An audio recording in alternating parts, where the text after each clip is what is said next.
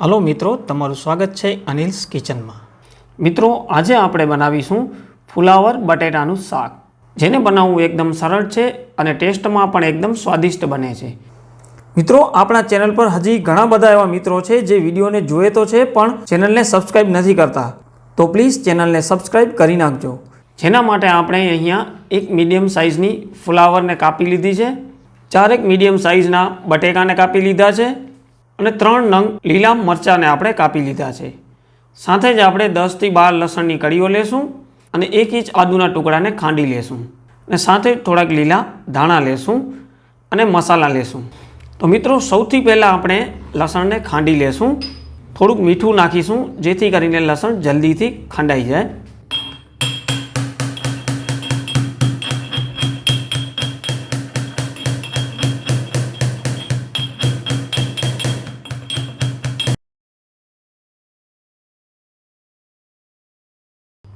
હવે આપણે વઘાર કરી લેશું। એક વાસણમાં આપણે 5 ચમચી જેટલું તેલ નાખીશું અને તેલને ગરમ થવા દઈશું।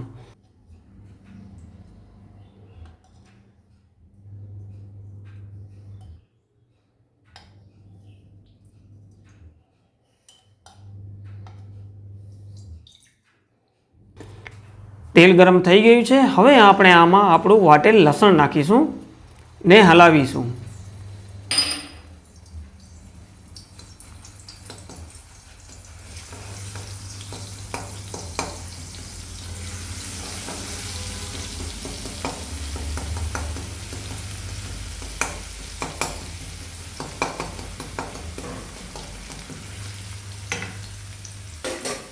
હવે આપણે આમાં ચપટી હિંગ નાખીશું અને મિક્સ કરીશું। ઉપરથી આપણે લીલા મરચાં નાખીશું।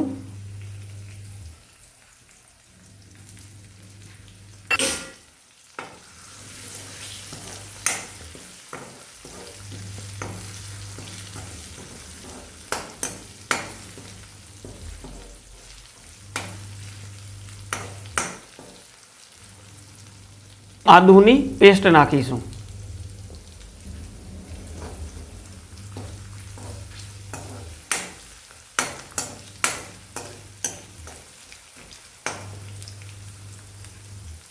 હવે આપણે આ બધી વસ્તુને હલાવી લેશું।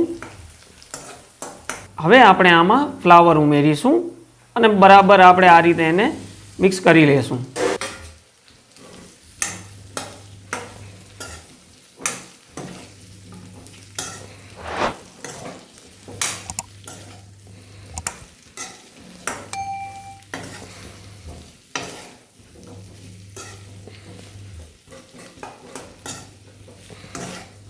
ફ્લાવર મિક્સ થઈ ગઈ છે। હવે આપણે આમાં કાપેલા બટાકા ભેળવી લેશું।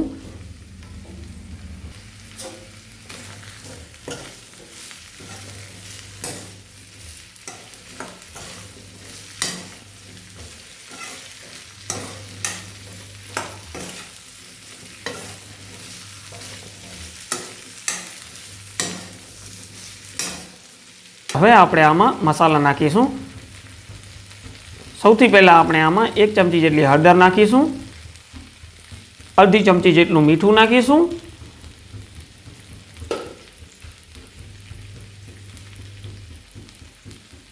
1 ચમચી જેટલું ધાણા જીરું નાખીશું। ધાણા જીરું નાખ્યા બાદ હવે આપણે આમાં 2 ચમચી જેટલું કાશ્મીરી લાલ મરચું નાખીશું। હવે આપણે ગેસને ધીમો કરી દઈશું અને બરાબર મિક્સ કરી લેશું।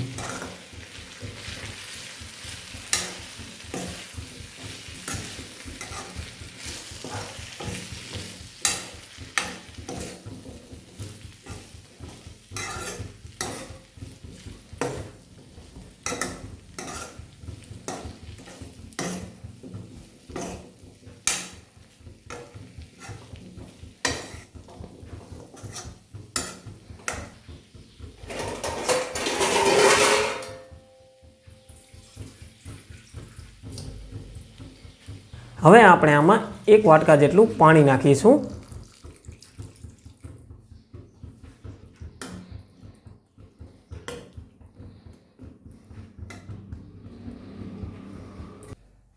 ત્યારબાદ આ રીતે આપણે થાળીને ઢાંકી દઈશું ઉપરથી અને એક વાટકામાં આ રીતે પાણીને રાખીશું। મિત્રો આ રીતે થાળી ઉપર પાણીનો વાટકો રાખવાથી શાક જલ્દી ચડી જાય છે।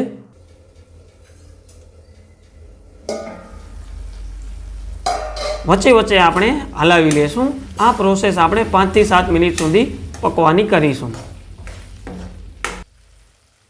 શાક આપણું એકદમ તૈયાર છે। હવે આપણે ઉપરથી આમાં થોડાક લીલા ધાણા નાખીશું।